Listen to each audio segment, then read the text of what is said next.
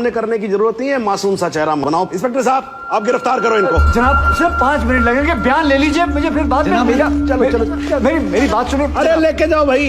अरे भाई सुनो, वकील साहब को बोला ले जाने के लिए, इनको थोड़ी ना बोला इनको कटघरे में वापस लेके आओ। चलो साहब, वारंट तो दोनों के खिलाफ है। अरे भी जानता हूं, मैं जानता हूं, लेकिन ये फाइन बट जो है ये तो लिस्टेड विटनेस भी है ना, तो इनकी स्टेटमेंट रिकॉर्ड कर लेते हैं। और आप एक काम करो, रिकॉर्ड होने के बाद ना आप दोनों को साथ ले जाना। हाँ जी, जाओ जाओ। लेकिन श्रीमान, ये स्टेटमेंट तो अगली डेट को भी रिकॉर्ड हो सकती है। माथुर साहब देखो क्या है, कल से मैं 2 महीने की छुट्टी पे जा रहा हूँ। बिटिया की शादी है, आपको तो मालूम है ना, मतलब मैं कार्ड भेजूंगा, आपको आना होगा। हैं जी, हैं? तो मैं क्या सोच रहा था कि सारे पेंडिंग केसेस खत्म करके जाऊंगा, इसीलिए 6 बजे के बाद भी देखो कोर्ट चालू है मेरी। लेकिन श्रीमान, एक आदमी जो पुलिस कस्टडी से भागा हुआ है, उसकी स्टेटमेंट कैसे रिकॉर्ड हो सकती है? इस विटनेस की कोई क्रेडिबिलिटी नहीं। नहीं, क्या है माथुर साहब, 2 मिनट की बात जी। हाँ जी, रिकॉर्ड हो जाएगा स्टेटमेंट, उसके बाद हम आपके हैं कौन। हैं जी, माफ कीजिएगा, ये ठीक नहीं हो रहा सर, आप गलत कर रहे हैं सर। मैं गलत नहीं कर रहा हूँ, जज को मत बताओ आप, उसी के कोर्ट में कि वो गलत कर रहा है। ये मत करो आप। देखिए, मैं खुल के बोल रहा हूँ सर, सॉरी, क्षमा चाह, लेकिन आप गलत कर रहे हैं सर। आपके दिल्ली के किस्से मैंने सुने हुए हैं। हाँ, आप किसी की चलने ही नहीं देते थे, जो मन में आता था वो करते थे, उद्दंड आदमी की तरह बिहेव करते थे सर। कुर्सी पे बैठ के आप तुगलक न समझिए, ये दिल्ली नहीं अवध है। क्या बोल रहे हो आप मुझे? तुगलक बोल रहे हो आप मुझे? मतलब संकी समझ के रखा हुआ है। माथुर साहब, अगर हार्ट का मरीज नहीं होता ना मैं, तो आपको बताता इस कुर्सी पे बैठ के कि असली तुगलक होता क्या है। एक मिनट नहीं, आप एक बार बैठ कर देखो इस कुर्सी के ऊपर, ना बाईपास सर्जरी हो जाए, मेरा नाम बदल देना आप। हैं जी, ये सब मत करो, आप बैठो, कार्रवाई शुरू करते हैं। हाँ जी। नहीं सर, ये नहीं होने दूंगा मैं। क्या होने नहीं दोगे, मतलब क्या है? सर, ये आपत्तिजनक बात है सर, ये इसमें कोई आपत्ति नहीं है, आप जो हो रहा है होने दो। मैं बैठा हूं, मैं कर रहा हूं ना सब, मुझे गलत मत साबित करो। सर, अगर आपने जबरदस्ती की तो मैं यहीं पर अदालत में धरने पे बैठा हूं। धरने पे बैठ गया। अरे लीजिए। अरे क्या कमाल कर रहे हो आप सच में बैठ के क्या बच्चों वाली बात कर रहे हो? खड़े हो जाओ। बिल्कुल यहीं बैठा रहूंगा। अरे मत बैठो भाई, वहां पर पोछा भी ढंग से नहीं लगाते हैं लोग कोर्ट के अंदर। प्लीज खड़े हो जाओ माथुर साहब, प्लीज खड़े हो जाओ। मैं धरने पे बैठा हूं, धरने पे बैठा रहूंगा। यहाँ मीडिया देख रहा है, आपको कोई फर्क नहीं पड़ता है क्या? अरे तो सर, मीडिया भी तो देखे ना कि बाहर के जज आकर कैसे अपने ईगो को सेटिस्फाई करने के लिए कोर्ट को अपना घर समझ लेते हैं। मैं यहीं पे बैठा हूं और बैठा रहूंगा। इनको जो लिखना है लिखो। मतलब आप नहीं उठोगे ना। तो बैठे रहो, और आप ही क्या बैठोगे भाई, मैं भी बैठूंगा आपके साथ साथ वहां पर। भाई पता लगे सबको कि वकील ससुरे क्या क्या करते हैं कोर्ट में। तू वहीं पर। हाँ जी मैडम जी, जरा हटो, आप पकड़ो कुर्सी को, पकड़ो।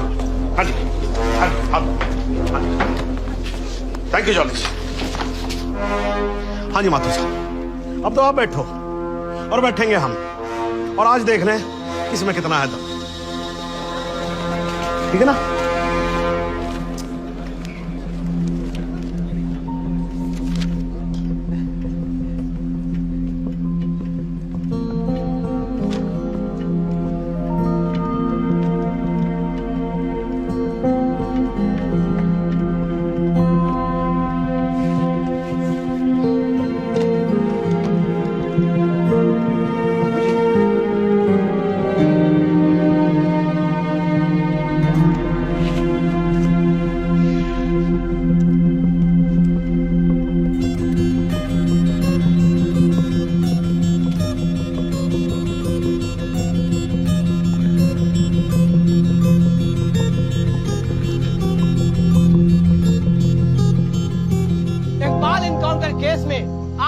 जो कुछ भी हुआ वो शायद भारतीय न्याय व्यवस्था के इतिहास में पहली बार हुआ होगा।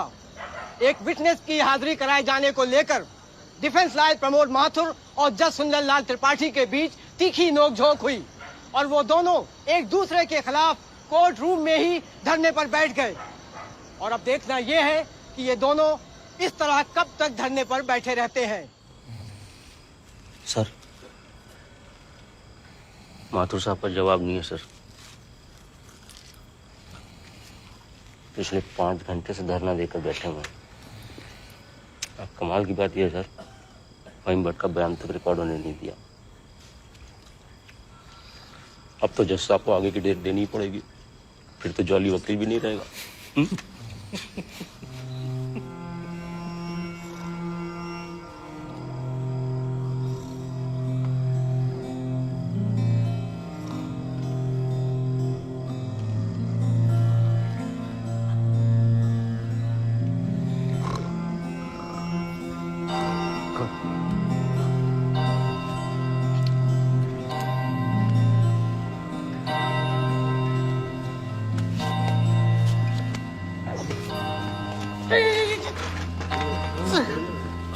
सर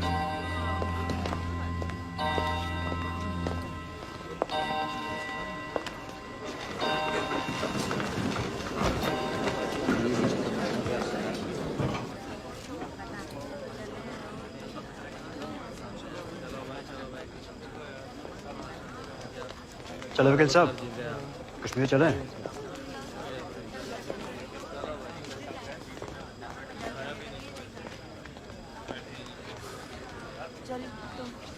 मैं चलता हूँ, अपना ध्यान रखना, ठीक है?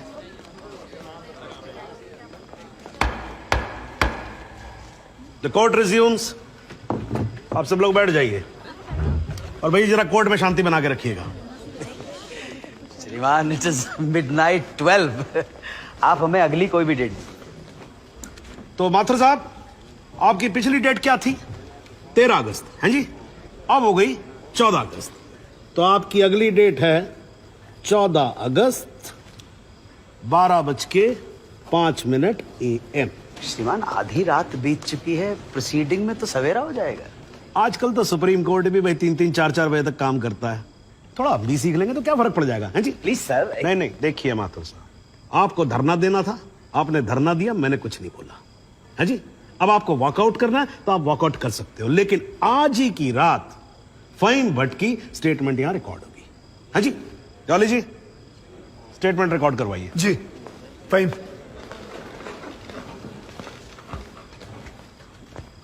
जनाब, बहुत बहुत शुक्रिया।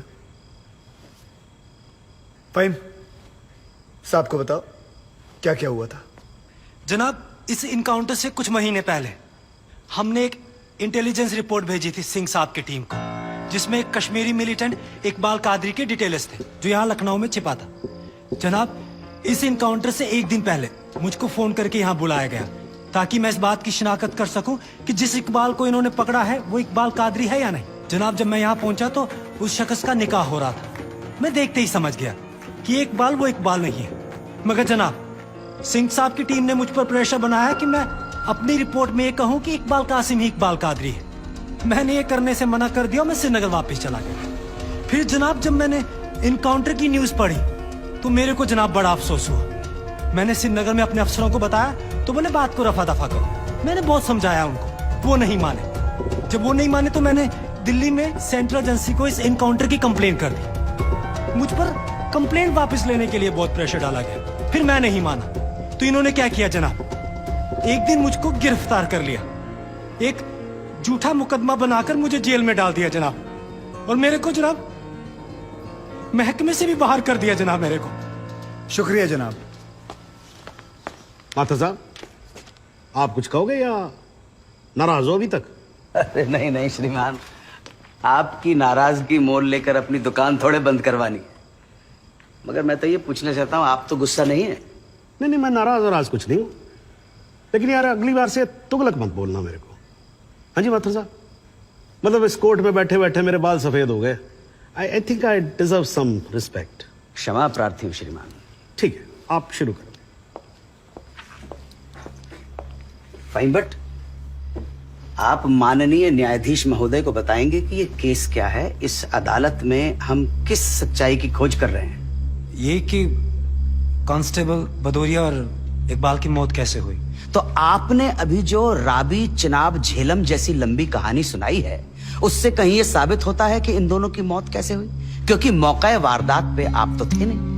जी नहीं, लेकिन ये तो पता चल। लेकिन कुछ नहीं। अगर कोई और फिल्मी कहानी सुनानी हो तो जज साहब को सुनाई। इनको फिल्मों में बहुत इंटरेस्ट है, मुझे बिल्कुल कोई दिलचस्पी नहीं है। मुझे तो मेरे प्रश्न का सीधा साधा जवाब दे दो यार, यस और नो। जी नहीं। Very good, well done. Fine, but ये अगस्त 2010 में कश्मीर पुलिस ने कुपवाड़ा इंसिडेंट में तुमको 6 महीने के लिए सस्पेंड कर दिया, क्यों? जनाब, इस सवाल का हमारे केस से क्या संबंध है? पंडित जी, अगर कोई संबंध नहीं हुआ ना तो काला कोट पहनना बंद कर दूंगा। मैंने आपसे कहा था ना, आपकी तरह कान घुमा कर नहीं पकड़ूंगा, सीधे पकड़ूंगा, कस के पकड़ूंगा। जाऊं?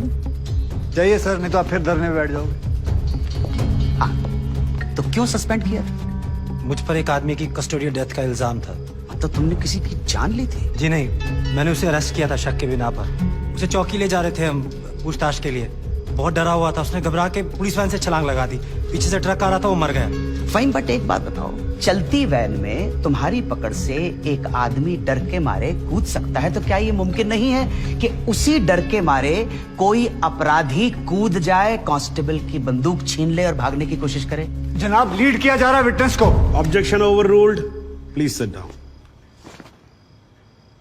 जी ऐसा हो सकता है। तो खुल के कहो ना गुरु, हम सब अच्छी तरह से समझते हैं कि तुम्हारे साथ ऐसा हो चुका है, तो तुमसे बेहतर कौन बता सकता है कि ऐसा किसी के साथ भी हो सकता है, राइट? जी। Very good. बस अब एक आखिरी सवाल। तुमने अभी अपने स्टेटमेंट में कहा कि तुमको 6 महीने के लिए सस्पेंड कर दिया गया था। तुम्हारे खिलाफ केस क्या बनाया गया? मुझ पर इल्जाम था कि मैंने कॉन्फिडेंशियल इंफॉर्मेशन दुश्मन को सप्लाई की, मगर वो इल्जाम झूठा है जनाब। जनाब, मुझे जेल में इसलिए डाल दिया गया क्योंकि मैंने इस मामले की कंप्लेंट सीबीआई को कर दी थी। ये तो तुम कह रहे हो ना, तुम्हारे कहने से मुकदमा झूठा नहीं हो जाएगा और तुम निर्दोष साबित नहीं हो एक मिनट जाओगे। जनाब, साहब भूल रहे हैं कि जब तक आरोप सिद्ध ना हो जाए तब तक आरोपी निर्दोष होता है। That is the point, वकील साहब। That's the bloody point। और श्रीमान, इस तर्क के आधार पर तो इंस्पेक्टर सूर्यवीर सिंह और उनके साथी निर्दोष हुए ना सर। लेकिन 2 मिनट के लिए श्रीमान, ये अखबार पढ़िए, टीवी खोल के देखिए, सारा मीडिया, सारा समाज, सारा देश इंस्पेक्टर सूर्यवीर सिंह और उनके साथियों को दोषी डिक्लेयर कर चुका है। His reputation, his career, his future is finished. अजब जलवा है हुजूर आपकी अदालत का, जहां एक आदमी जिस पे देशद्रोह का इल्जाम है, वो उस आदमी पर इल्जाम लगा रहा है जिसने मातृभूमि की सुरक्षा की शपथ उठाई है।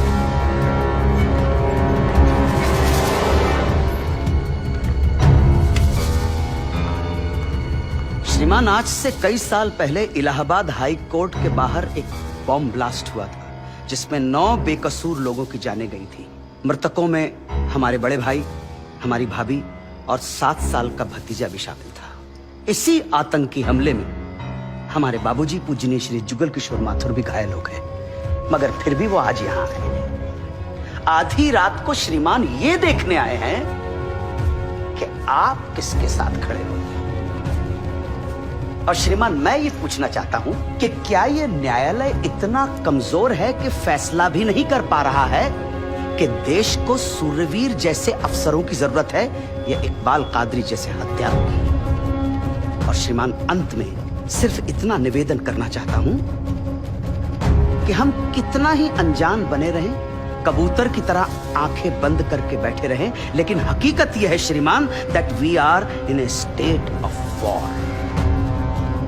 और किसी विद्वान ने बड़ा सही कहा है, everything is fair in love and war. बाकी श्रीमान, न्याय आपके हाथ में है। प्रमोद माथुर का प्रणाम स्वीकार करें।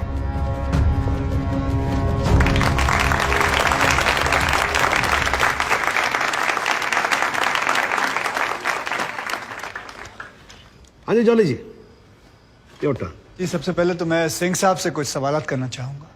सिंह साहब, आप विटनेस बॉक्स में आइए।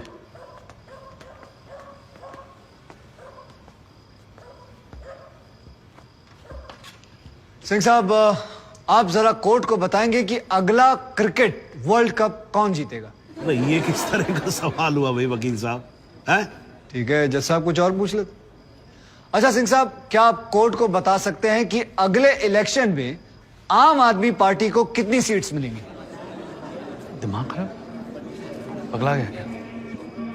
2 गोली और खाएगा? मैं वैसे तो अहिंसावादी इंसान हूं सिंह साहब, लेकिन एक बार ना लॉ कॉलेज में एक 6 फुटे 8 इंच के लौंडे ने मुझसे बदतमीजी से बात की थी। मां कसम, यहाँ कान के नीचे घुसड़ मारा था, उठा नहीं 22 दिन तक बिस्तर से। अगर यकीन ना हो ना तो माथुर साहब से पूछ। नहीं वकील साहब, देखो देखो यार, आराम से यार, कोर्ट है, सवाल करो, बवाल क्यों कर रहे हो यहाँ पर? हाँ सरकार, ये मुझे पागल कह रहा है, बदतमीजी से बात कर रहा है। सिंह साहब, क्यों कर रहे हो आप बदतमीजी से बात? छोड़ दो ना, जाने दो, आराम से कंटिन्यू प्लीज। चलो एक और बार ट्राई करते हैं सिंह साहब। क्या आप बता सकते हैं कि सलमान खान की शादी कब होगी? अरे वकील साहब क्या बातें कर रहे हो, इंस्पेक्टर हैं वो, जोशी थोड़ी ना है। अगर ये जोशी नहीं है तो फिर इन्हें कैसे पता था कि ठीक सुबह 6:45 पे इकबाल को पेशाब आएगा? कैसे पता था जब उनको पेशाब आएगा तो गाड़ी गोमती नदी का पुल क्रॉस कर रही होगी? इन्हें कैसे पता था कि इकबाल कांस्टेबल भदौरिया की रिवॉल्वर छीन कर भागने की कोशिश करेगा? शादी में तो थे नहीं, फिर पुल पर कैसे पहुंचे तुम? इधर इधर, मैं यहां खड़ा हूं, आप पुल पे पहुंचे कैसे? इत्तेफाक। लो जी, इत्तेफाक। ऊपर वाले के आशीर्वाद से सही समय पे सही जगह पहुंच गए। बाय गॉड, बड़े इत्तेफाक हैं आपकी स्टोरी में सिंह साहब। जनाब, मेरे पास ये इनके 25 एनकाउंटर का कच्चा चिट्ठा है। ऐसे इत्तेफाक कई बार हो चुके हैं इनकी जिंदगी में। अपराधी गोली चलाने ही वाला होता है कि पहुंच जाते हैं शक्तिमान बनकर, और सिर्फ लखनऊ में नहीं बल्कि दूसरे शहरों में भी। जनाब,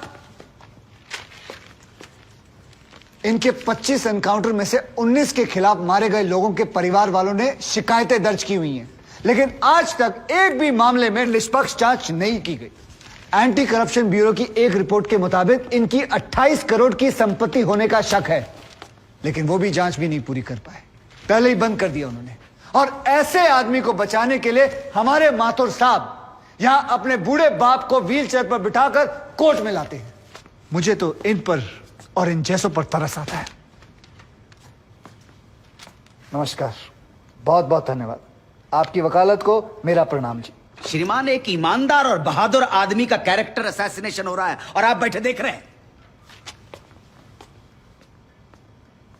बहादुर, ठेंगा बहादुर है ये। हथकड़ी में बंधे निहत्थे आदमी को पीठ पर गोली मारने वाला ये बहादुर।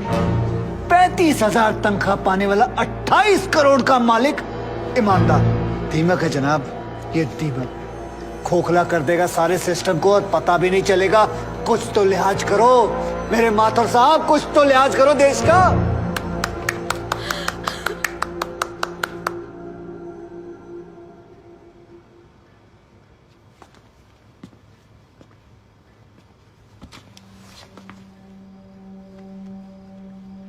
मैं जुगल किशोर माथुर साहब का दर्द समझ सकता हूं। मेरी वजह से तो एक औरत ने अपनी जान ली थी और मैं महीनों चैन से नहीं सो पाया था। लेकिन माथुर साहब ने तो अपनी बेटी, बहू और पोते को खोया। उनका दर्द उनके अलावा इस कोर्ट में सिर्फ एक ही आदमी समझ सकता है,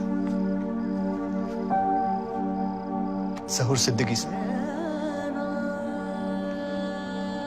इन्होंने भी अपनी बेटी, दामाद और होने वाले नाती को खोया है। दर्द में ये दोनों एक जैसे हैं जनाब। अब इन्हें जुगल किशोर सिद्दीकी कहूं या फिर इन्हें ज़हूर किशोर माथुर, कोई फर्क नहीं पड़ता। जनाब, गोमती नदी के पुल पर उस दिन 2 जानें गई थी। एक 12 घंटे पहले दूल्हा बने, हाथों में मेहंदी लगाए इकबाल कासिम की थी, और दूसरी 20 दिन में रिटायर होने वाले कांस्टेबल बलदेव सिंह भदौरिया की। और जनाब, ये हैं कांस्टेबल भदौरिया की पत्नी, जो अपने पति को खो चुकी है और जेल में बंद अपने बेटे की बेल करवाने के लिए कोर्ट के चक्कर काट रही है। अब इन्हें क्या कहेंगे माथुर साहब? मुस्कुराइए, आप लखनऊ में। सच सुना तो नजरें फेर ली माथुर साहब। ओ माथुर साहब, इत्तेफाक सिर्फ तुम्हारे साथ नहीं होते सिंह, ऊपर वाले की बड़ी कृपा है मुझ पर। इस दफा एक इत्तेफाक मेरे साथ भी हुआ है। बाय गॉड, मजा आएगा। पंडित जी को लाइए, लाइए जल्दी।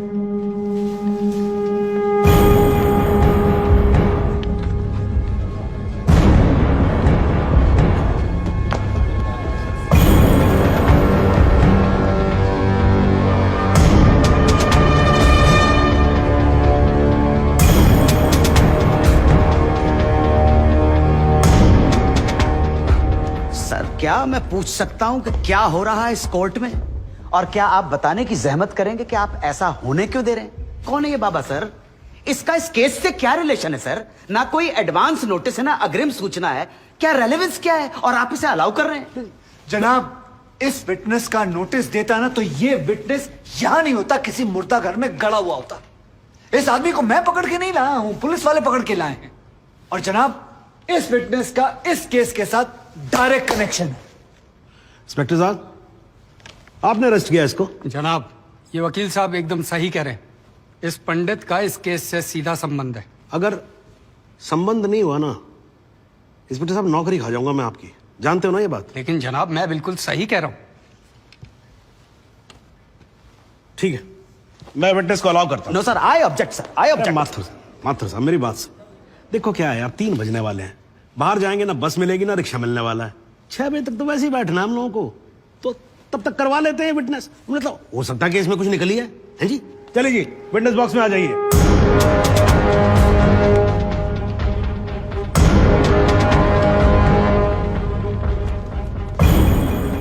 नमस्कार पंडित जी, क्या हाल है आपका? घरेलू कपड़े वपड़े टीका शीका लगा के पूरी तैयारी में आए हैं?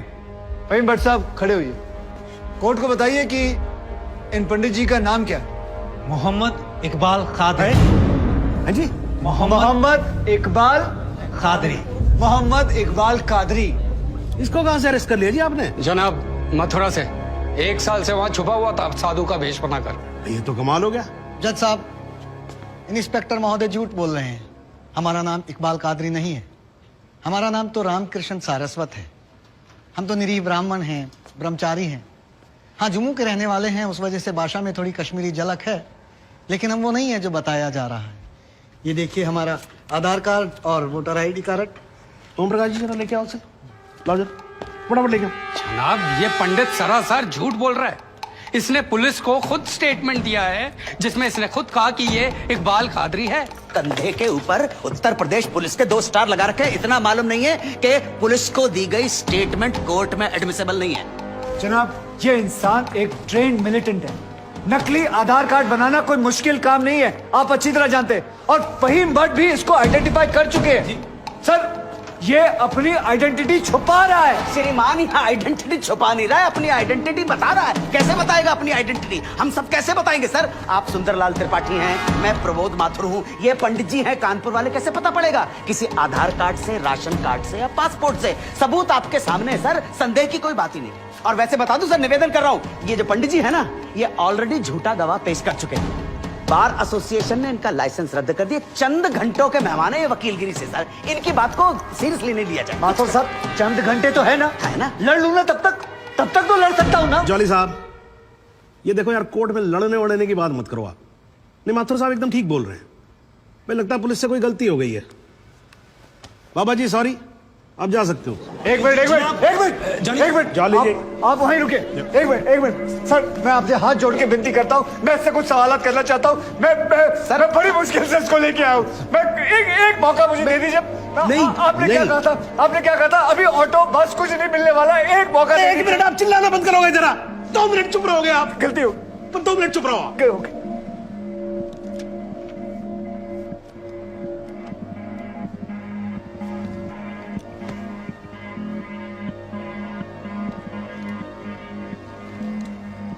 ठीक है, मैं विटनेस को अलाउ करता हूं। अरे सर, अब क्या सर? माथुर साहब, I think court has the right to decide. Okay जी, and court has decided. Please.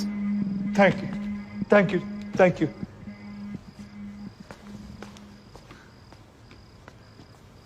तो आप निरी ब्राह्मण, ब्रह्मचारी, तो फिर धर्म का बड़ा ज्ञान होगा आपको। अवश्य है। मैं भी कान्यकुब्ज ब्राह्मण हूं, वो भी जनेऊधारी। तो चलिए 2 ब्राह्मणों के बीच में शास्त्रार्थ हो जाए। पूछिए, क्या पूछना है? चलिए गायत्री मंत्र सुनाइए। ओम भूर्भुवस्वः तत्सवितुर्वरेण्यं भर्गो देवस्य धीमहि धियो यो नः प्रचोदयात्। बहुत बढ़िया, पूरा नाम बताएं। रामकृष्ण प्रेमकृष्ण सारस्वत। धर्म? हिंदू धर्म में कितने वेद हैं? 4। नाम बताएं। ऋग्वेद, सामवेद, यजुर्वेद, अथर्ववेद। 4 युगों के नाम बताएं। सतयुग, द्वापर, त्रेता, कलयुग। वर्ण कितने हैं? 4 ब्राह्मण, क्षत्रिय, वैश्य, शूद्र। आपका वर्ण क्या है? ब्राह्मण। कौन से ब्राह्मण? गौर ब्राह्मण। कौन से गौर? सांदे गौर। गोत्र? शांडिल्य। प्रवार? वशिष्ठ। वेद? यजुर्वेद। उपवेद? बेतरियानी। मुख? श्रीमुख। कुल देवता? सप्तसुरी। चरण? वाम। बिस्वा? या अल्लाह, इससे आगे भी होता है। क्या कहा आपने? बिस्वा नहीं आपने पता, नहीं- नहीं पता, बिस्वा नहीं पता। बिस्वा से पहले क्या कहा? बिस्वा से पहले क्या कहा इकबाल कादरी? लानत है तेरे पे इकबाल कादरी, लानत है। अब तो अल्लाह का नाम भी आ गया जुबान पे। अब तो सच बोल। देख तू कुछ भी कर ले, तू बचेगा नहीं। कब तक जिएगा झूठ की जिंदगी? अस्तगफिरुल्लाह।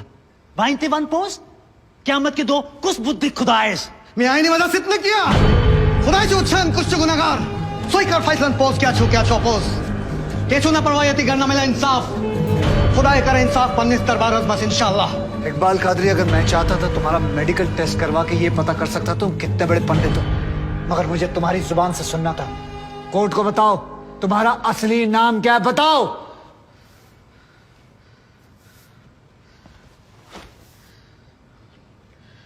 जज साहब, मेरा नाम मोहम्मद इकबाल कादरी है। मुझे सिंह साहब ने अरेस्ट किया था। मैं उनकी कस्टडी में था, लेकिन उन्होंने मुझे कोर्ट में पेश नहीं किया। मैं जानता था कि वो मेरा एनकाउंटर करने वाले हैं। एक दिन मौका देकर मैंने उनसे कहा कि अगर वो मुझे जाने देंगे तो मेरे आदमी उन्हें बहुत सारा पैसा देंगे, और उन्होंने मेरी बात मान ली। इसे लेके कहाँ जा रहे? सिंह साहब ने आजाद कर दिया इसे। जा रहा आजा। सिंह साहब को कितने पैसे दिए? 50 लाख, 25 लाख एडवांस और 25 एनकाउंटर के बाद। आई ऑब्जेक्ट श्रीमान।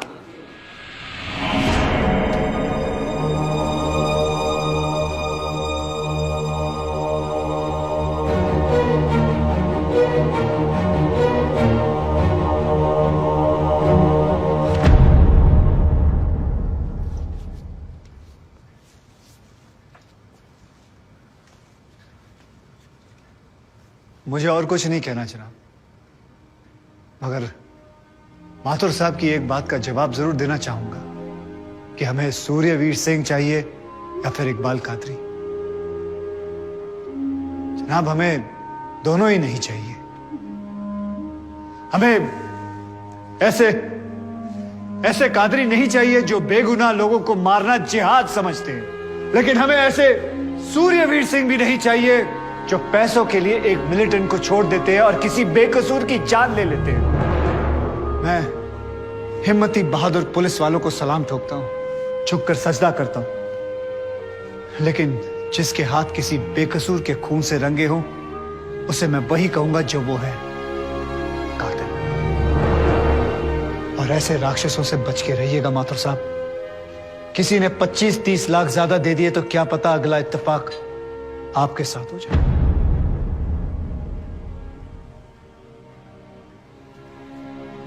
अंत में सिर्फ इतना ही कहना चाहूंगा कि इस दुनिया के सबसे बड़े जाहिल ने कहा था कि इश्क और जंग में सब कुछ जायज है, क्योंकि अगर ऐसा है तो फिर बॉर्डर पर सिपाहियों के सर काटने वाले भी जायज है और जवान लड़कियों पर एसिड फेंकने वाले आशिक भी, क्योंकि अगर ऐसा है तो फिर इकबाल कादरी भी जायज है और सूर्यवीर सिंह भी। अब आप ही तय करें जनाब कि ये दोनों जायज है या फिर दोनों नाजायज।